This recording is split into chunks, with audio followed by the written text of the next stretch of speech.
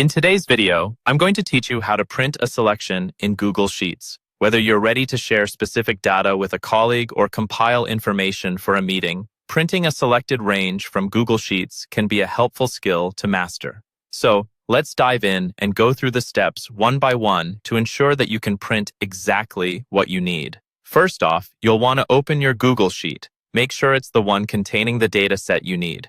If you're not already in Google Sheets, you can go to your Google Drive or directly access sheetsgoogle.com to find your document.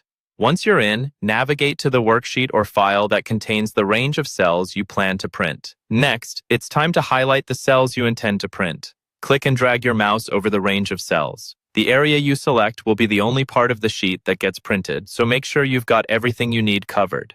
This step is crucial to ensure you present the right information without any unnecessary data. After you've highlighted your desired cells, head over to the menu bar located at the top of the screen and click on File. This will open up a drop-down menu where you can access various options related to your Google Sheet. From this drop-down menu, click on Print. At this point, you'll be taken to the Print Settings page. Here, it's essential to specify that you wish to print only the selected area. To do this, look for the option labeled Selected Cells.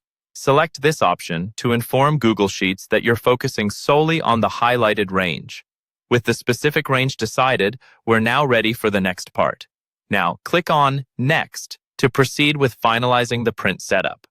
This will lead you to a more detailed print preview, where you can verify everything looks as it should. You might want to double-check the print preview to ensure your selected data is displayed correctly.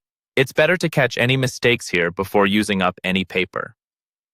Finally, when you're satisfied with how everything looks in the print preview, click on Print.